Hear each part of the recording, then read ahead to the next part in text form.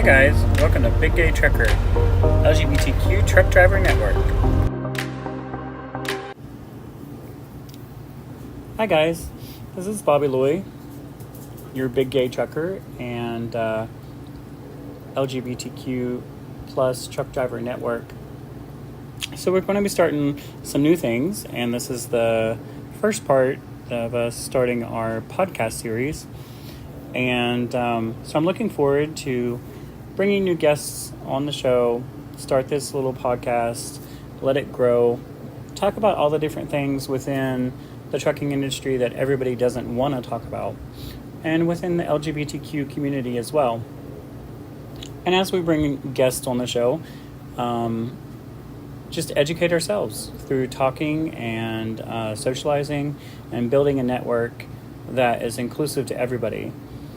So tonight we have Denise from Florida Trans Proud on the show, and we are going to be talking just pretty much open conversation, talking a little bit about Denise. She's actually joined our group to help us accelerate everything and grow, and it's been a really good process so far.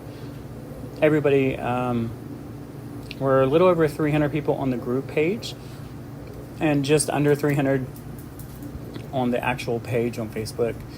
But as time goes on, we're going to grow and get bigger. And so we're going to sit here tonight and chat a little bit. And so I'd like to welcome Denise on the show. Hi, thank you. It's really wicked cool to be here. And basically, we're just going to chat and talk about some topics that some people may agree with, some people may not. This is solely our own opinions, and but we're not going to sugarcoat anything. So that's one of the biggest things about doing this the way that I want to. The vision is, like I said, it's kind of like Howard Stern meets Anna Nicole Smith. Just a very out there, happy, be yourself, and inspire others to do the same. Don't be afraid. So tonight, basically, let's start off with kind of just chatting, getting. I'm gonna ask a couple questions and go from there. So Denise has been done a lot of different things. And when asking her to be a part of the trucking industry community, she kind of didn't know how she would help. And that's exactly why I wanted her to help, to inspire others and just through everyday life. Us as drivers on the road, we sometimes don't have the time to do everything that we want, and then when we get home we never have the time to do the things we want. So and I think nobody ever does, even if you're home all the time. But just want to sit and chat a little bit about some things, and just so if I can, I don't mean to interrupt your train of thought, but you know me, Bobby, I'm just sitting here biting my tongue, waiting to get my 2 cents in. We've known each other for a couple of years now and have been involved in a couple of different things. And one of the really wicked cool things that I appreciate about you and our friendship is the fact that we have had so many wicked cool conversations, just conversations, you keep it real, I keep it real. I can't think of any time where we have disagreed with each other, but I know that if one of us disagrees with each other, that the other one will respect that view, and we'll just keep going. I think it's just really wicked cool. And what you are doing with LGBTQ plus Truck Driver Network, I'm very excited about. And I'm very honored that you did ask me to come on board with you. And I'm very excited. The things that you have lined up that we've talked about, that you have shared with me, I'm just very excited to be a part of it, and I know already, just today, that I was able to make a contribution that I know that it helped one person already. Yeah. You know, just Through basically speaking with saying someone. hi to somebody and letting them know that their fears, their frustrations, I get it. You know what I mean? And no, I'm not a truck driver today, but I have a smidgen of experience in the truck driving industry. Way back in the day, I was an owner-operator, bobtail driver, just hauling freight out of an international airport. My dad also was an over-the-road truck driver, owner-operator. So, and then just my time traveling all over the world, like I have. I know what it is you guys do out there, you guys and you gals, and I,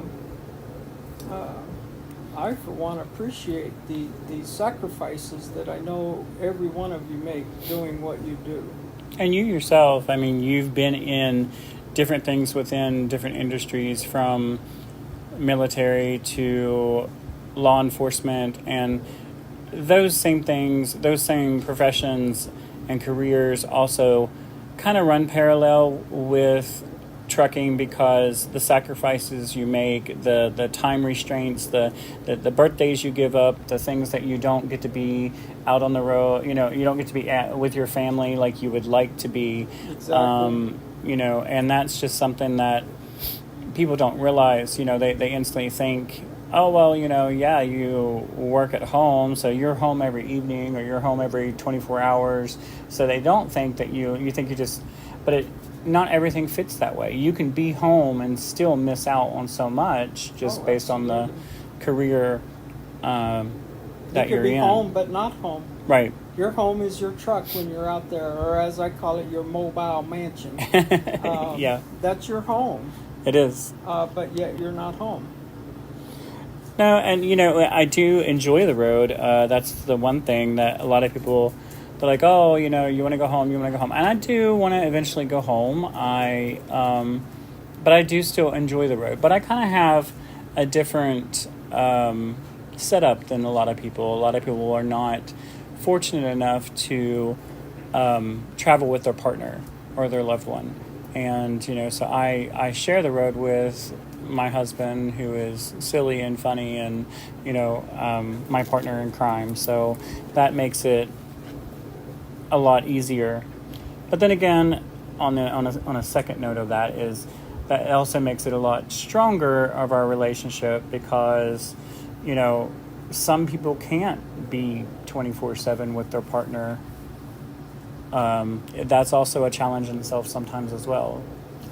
I know of some people who have said, I'm grateful to be married to a truck driver because, they come home once a month or once every couple months for a week or so, and then they're gone again. And that's just a good life for them, and it works. So. Yep. Yeah. So basically, I know you've worked on a lot of different projects and different things within Pasco County and within Florida, and so for you, like, what is your best memory of something that you've done that you've loved the most? Like, what is your best within your volunteer work and the things you've done, and just something that warms your heart every time you think about it? So,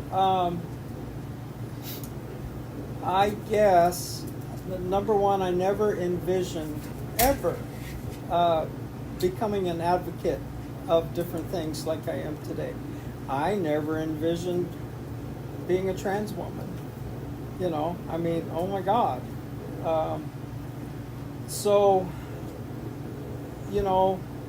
I think the one thing that I am the most proud of so far in all of the things that I have accomplished since I moved here to Florida is founding Pasco Pride. In 2018, Pasco County had its very first Pride Festival, and that 10 months that it took to get that thing put together, I just was told by so many people in the public that it's never going to happen. It's not going to happen in Pasco County. And I quickly learned that there was more support out there than people even realized. And in 10 short months, we were able to get it done, put together, and I think it was a beautiful day.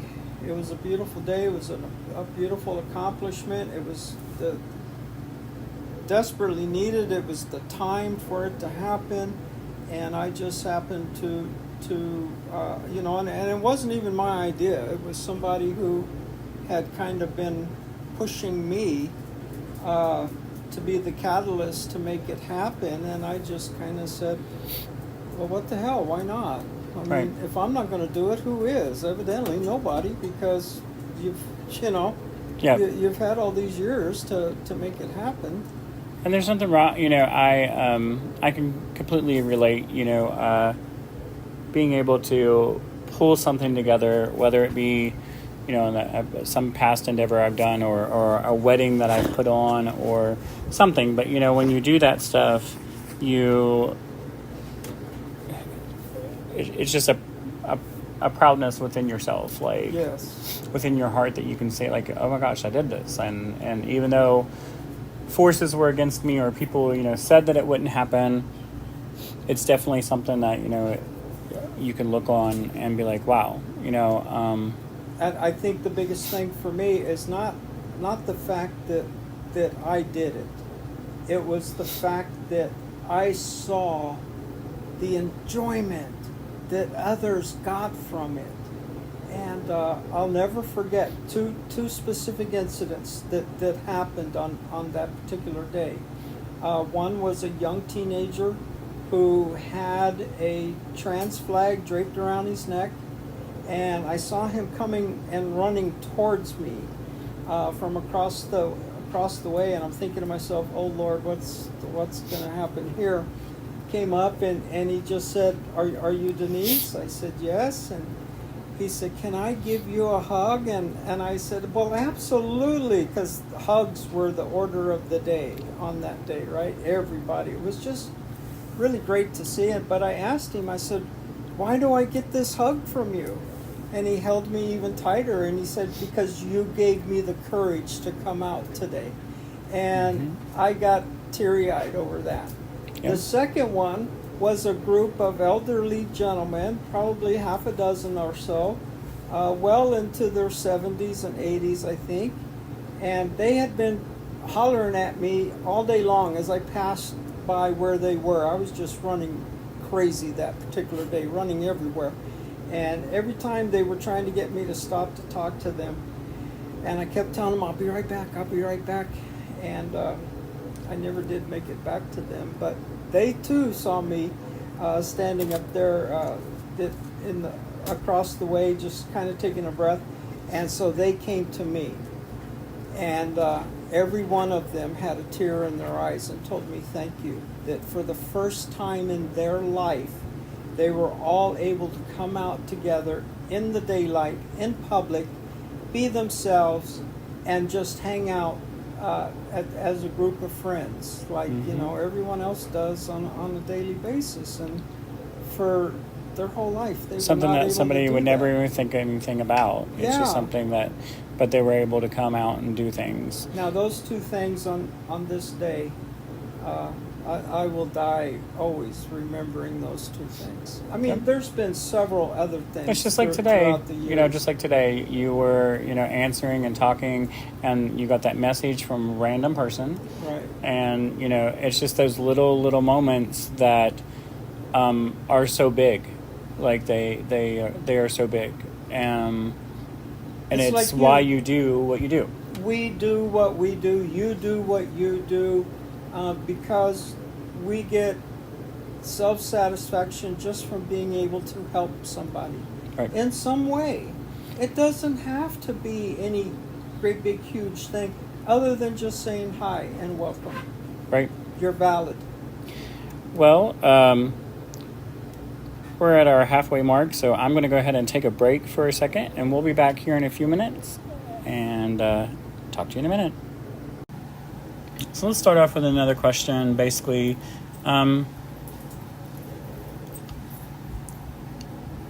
let's talk about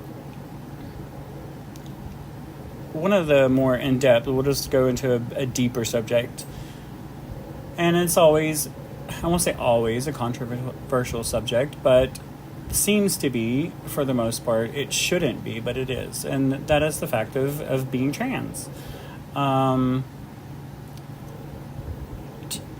Do you feel that since you have found your real true self and identity and have made all these changes, do you feel more whole?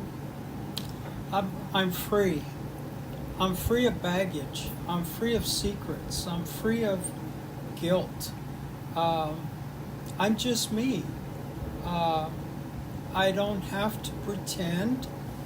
I don't have to put on an act. I'm just me. And people either love me or they hate me. And quite honestly, I'm fine either way. I've got a phrase that I've said a lot. My life is 1,000 times harder now than it has ever been. But I'm 1,000 times happier. I don't have any weight on my shoulder. Like I said, I have no secrets. I have no baggage. Everybody's got baggage, and I guess I do have baggage, but I don't tote it around with me anymore. I totally get that. And, we were having this discussion also earlier a little bit about my understanding of someone being trans. I am very in tune, is a good word maybe, with... You're very educated on the issues. You're very, in tune is pretty good. And I just had so many people, that's been beside me that I've loved so much, cherished, good friends, really good friendships over the years, and have watched the trials, the friendships that's went away, the different... The struggles. The different bullcrap from all directions, literally. Yes. And, but the sacrifices that people make, a lot of people don't realize, oh, well, why would you want to choose this? And I hate that phrase because it's not a choice. These people are just choosing to be who they really felt or have fought with inside for a long time. For me, it was a choice. Not in the sense that you're meaning. I understand the meaning of what you're saying. This was my choice. This is what was in my head at the time. Before I fully came out and transitioned. Mm-hmm. I was still in my struggling period. I call it my decade of denial. Once the internet came out and I first ever heard the word transgender and then knew what it was and started identifying like, oh my God, really? Is this me? That's crazy. That's not me. Look at me. I'm this big macho, jump out of airplanes, get in bar fights and drive fast and arrest people and, all this other good stuff. Okay, I can't do these things. They're driving me crazy. We were trying the earbuds and anyways, the dysphoria for me was so bad that I proceeded to get drunk one day. I think I was a functional alcoholic at this time, to be quite honest with you. And that was just an escape mechanism as well, too. I know that now. Right. But for me, I just proceeded to get drunk, and I honestly felt like my choice for me was to either eat a bullet, and I put a gun barrel in my mouth, eat a bullet and be gone, or accept who I am, accept what I am, and start making the changes needed to start living my life and being me. And thankfully, I chose to survive and be me. Right. But that was, to me, that was the choice. Now, that's not much of a choice. But some people don't understand that step. That step within you, it's so much more than just that physical outside change. So many people want to change and they want to concentrate on the physical outside or the sexual parts of our bodies. But there is so much more than just what's on the outside. It's just within you.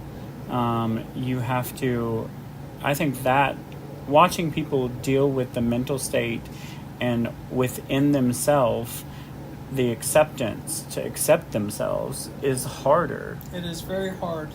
Even once I did transition and introduced myself to the world, I also believed that when I do this back then, I'm thinking, I need to be ready to lose everybody in my life because it's just going to be it happens very commonly, unfortunately. Yes, a mind-blowing thing for everybody.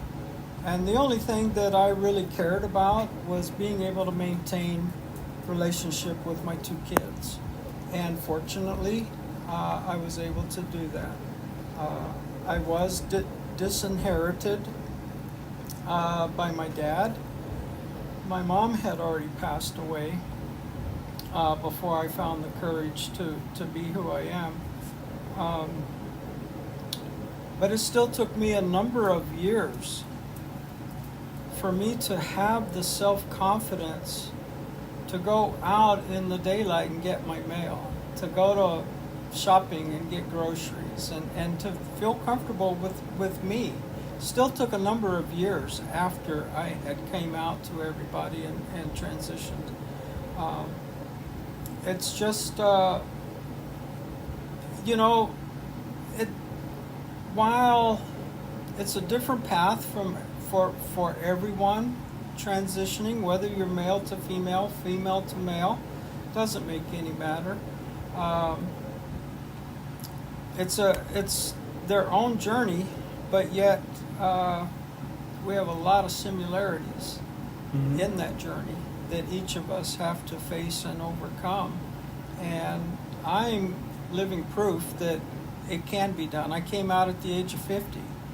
I'm 62 today. But you actually, I have noticed within the community of the LGBTQ that I have noticed a lot of more people as an older age have started to come out or feel more accepted or more, maybe not accepted, maybe more comfortable, I should say. And I embrace that. I love this motion and movement that's happening with people coming out that, even some of my mom and dad's friends have come out and said, well, they back in their day, 50s and 60s and stuff, they were sisters and everybody thought they were a family living in the same house or they were roommates or, and come to find out these ladies have been single their whole entire life, but technically they've been together the whole time and they just were only in the confines of their home, or I've met many people that have just now transitioned now in their 60s and 70s, people starting now. A lot of them that I have seen within trucking feel that, and I get it, because they feel it's most a cosmetic thing, so they may not go all the way through with their transition, as far as getting genitalia removed and things like that, but they go through all the other parts of it. But let me throw this at you, hon. I think it's because of finances and insurances. It's not really because they don't want to. Does a person's genitalia define who that person is or what that person is? No, but in today's society, so many people focus on that. That's Yes, but that's, you know what, and you don't know how many times I'm able to shut somebody up because I'm very open, being an advocate within the community, and I share my story so freely because I want to help all those others so they don't have to go through, hopefully, all the crap I went through. right. But you know, it's funny. I'm happy to answer any questions that people will have for me, and I have answered lots of questions. And I can tell you the top two for sure. Question that everyone wants to know: what did your name used to be? And the second question, and I love watching people struggle with themselves trying to figure out how to ask this question. And I know what they're fixing to ask me. I know what they're trying to ask me, but I'm going to let them squirm for a few minutes, trying to figure out how to find the courage to just ask, right? Right. And it's you know, have you had the surgery yet? You know, are you a complete woman? And so that's my answer to that question. Is does my genitalia define who I am, what I am? The answer obviously is no. I'm me. I'm Denise. Right. I'm a woman. In my heart and soul, I'm just as much a woman as any other woman walking on this planet. So what? I don't have a uterus. Right. I know lots of other women who don't have a uterus, and nobody gives them any grief. Right. Okay, so does my genitalia define who or what I am? No. What did my name used to be? Here's my answer for that every single time. My name is Denise. It has always been Denise. It may have been pronounced differently. It may have been spelt differently. But in my heart, in my soul, I know my name is and always has been Denise. And that's it. To me, it's pretty simple. Well, you know,